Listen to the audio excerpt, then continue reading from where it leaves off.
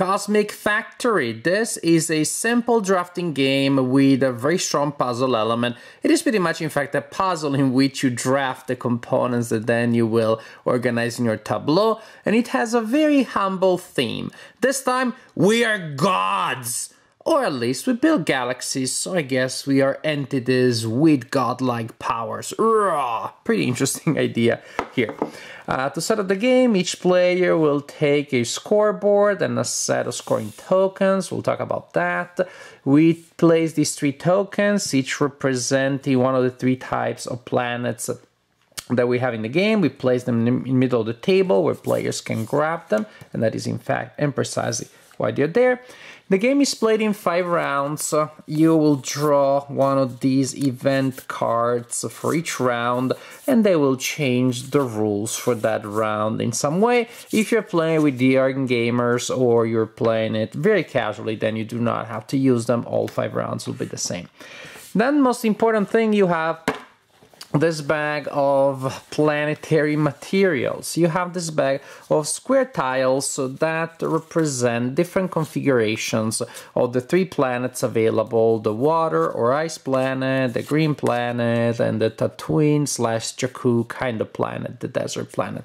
Also, you have these lines of asteroids, and from time to time you have a constellation that doesn't count as any planet. You put the tiles in the bag, you shuffle the whole thing, and then each player will draw 9 tiles. So 3, 6, we need 2 more. 9. Each player will draw 9 tiles, then the players look at the tiles, select 3, and drafting style. They pass the remaining 6 to another player, and they will receive the 6 that were left by the next player. Then they choose 3 more. They cannot look at the old ones since they made a new selection. They pass these ones around, and they receive new ones, the last 3. And they cannot look at these ones. So each player will have a stack of 9 tiles, and they will not know what 3 of those are.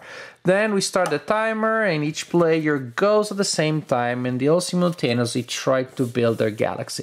Unless there was some weird event that changes things a lot, each galaxy will be a 3x3 square that right now I'm building totally randomly and probably not very smartly. Also, oh man, why did I select these ones? They're really bad. Maybe it's because I did it randomly. Could be. I don't know. No, second thought, could be worse. A 9 square 3x3. Let me do this at least for reasons that I'll explain. Yeah, back to us. Now, when everybody has their galaxy, it is time to score it. And the scoring board is not just what you use to keep track, but also a reminder of how you score. Oh, wait a second. We talked about those ones. If during the minute in which you're forming your galaxy, you believe that you will have the best single zone of a certain type, say green, you grab it. If you're correct during the scoring phase, you'll score extra points. Otherwise, if you grabbed it and you do not have the best zone of that kind of planet, you will lose points. Looking at the scoreboard, again, as I said, it also acts as a player. It tells us what scores and by how much. For example, each area with 3 to 5 planets is worth 1 point. Each area with 6 to 8 green planets, 3 points. Each area with 9 or more green planets, 5 points. A lot of green planets. So what do we have here? Looking at my situation there, I have an area here with 1, 2, 3, 4, 5, 6, 7 planets, and that means 6 to 8. I score 3 points, and I use the corresponding token for that kind of planet to mark that. Then I have an area with 3 planets, and that is 1 point, and an area with 1, 2, 3, 4 planets, again 1 point. I'm looking at the orange desert planets. I only have 1 area, and each area with 2 or 3 orange planets is worth 2 points. As you can see, they're worth slightly different amounts of points. As for blue, an area with 1 is worth nothing. An area with 2 is worth 2 points. Another area with 2 is 2 points. And another area with 2 is also 2 points. I don't know that I scored correctly, but this is what it looks like. Look at this little star. This is, this I used to score based on my longest road. Oh no, that's another game. The longest path of asteroids that I have here. For example, in this case, really, it's kind of pathetic. I only have 2. I could count that one, I could count that one. But basically, you trace with a finger any of your paths of asteroids, and you see how many tiles you manage to touch without ever retracing your steps. In this case, again, it would only be 2. Suppose that it was like this, then my longest path of asteroids would be 3, but I have broken up that area, so I wouldn't be able to score that because areas with a single blue planet do not do anything. In any case, once I have that, once I know what my longest path is, I look at that part of the player aid, and it tells me that with 3, then nothing happens.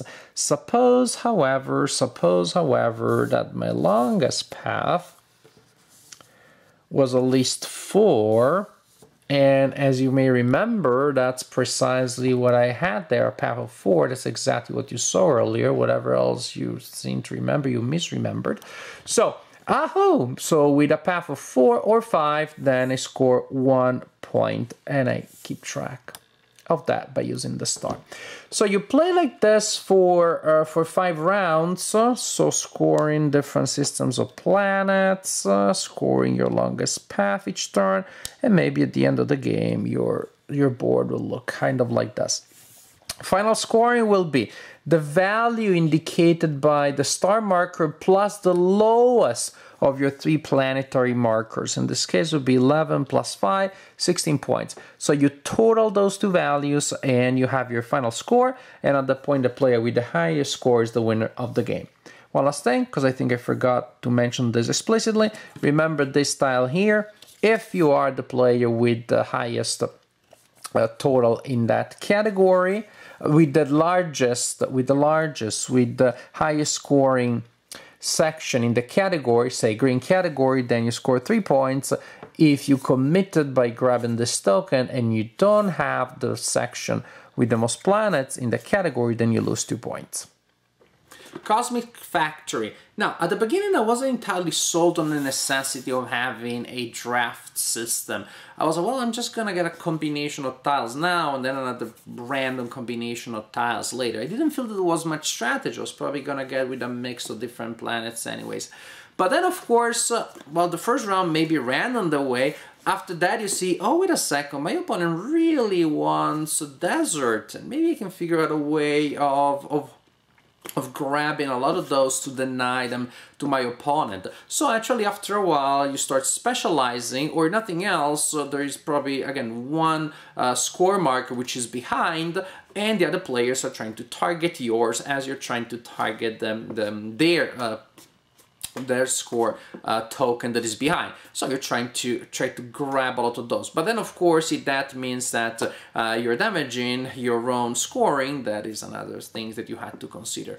So actually, the drafting system starting from round 2 becomes interesting because it involves that element of choice in which, in fact, you'll try to emphasize what you need and you're trying to deny, if possible, what other players do. That means that with two players, that is particularly tactical, that almost feels a little bit like tug of war, but it works. It adds an interesting element. Gameplay per se, it's a puzzle, and it's a very abstract, very, I would say, dry puzzle. I see how there are a couple of things here that try to add a little bit of joie de vivre to the experience, like the fact that you can grab the token to get those points. But frankly, I don't know. It adds a little bit, but then, again, if you're playing especially with 2 players, you get a good sense of what everybody has, what your opponent has. Like, I know that my opponent doesn't have many desert planets, so I'm just gonna grab that one, and I think chances are that I'm gonna score those extra points. If you find that to become a little too obvious, then of course you don't have to play that way. You don't have to play with the extra conditions, but I think that actually those do add interesting variety. Again, in general, it feels, I would say, cold. Cold is not the right word, but it is a puzzle. It is a puzzle that feels in that sense clean and abstract, and that may be a limitation for some, and of course there are players that really like abstracts. But as an abstract, it has a set of interesting decisions there when you're trying, of course, not just to place your things, but to do it under pressure, to do it with the timer that is not ticking. In any case, it is going. So I like that. That to me adds an interesting twist to the fact that otherwise the game may feel a little too dry, a little too cold. But I'm to do it under pressure, under duress, and my opponent's trying to do the same. And I have to also to take into account, well, the asteroid thing. The asteroid thing, again, I have a little bit mixed feelings, like, does it really matter all that much? Because to score more than one point is not hard, more than 1 point it's hard, but then you're scoring, say, 2 points. It feels like there's a lot of work that needs to be done there that doesn't necessarily pay off a lot in terms of points. What is really fun is to be able to create patches of planets that are just large enough to score you a lot of points and not too large that you're actually wasting points. And so, as a puzzle in which you have a degree of control on the materials that you get and you have a limited time to do it, it's a fun one. You could play with children because definitely the rules are simple enough. However, then when we're talking about the execution, then you may want to give them a little bit of extra time. For example, I played it with my 6-year-old daughter Luisa, and I used the timer for myself, and I gave her as much time as she wanted, and that turned out to be a pretty interesting challenge. The game turned out to be fairly balanced, so you can play with a 6-year-old and still have an honest, nice challenge. It could be a filler. It's definitely a very light game. It is, again, it's light, it's a little bit dry, but it's fun. For a puzzle, I think it has a couple of interesting elements that make it a little more exciting, like you usually have when you have a timer, or again, stuff that you need to grab at the last second. You may have some discussions that you do not always have with abstract games, in which, like, wait a second, your hand was still touching the tile, you were still putting it down by the time the timer was over, da da da. But other than that, it remains a pretty clean, very terse puzzle. Cosmic Factor, it is a simple, light game, nothing transcendental maybe, but entertaining.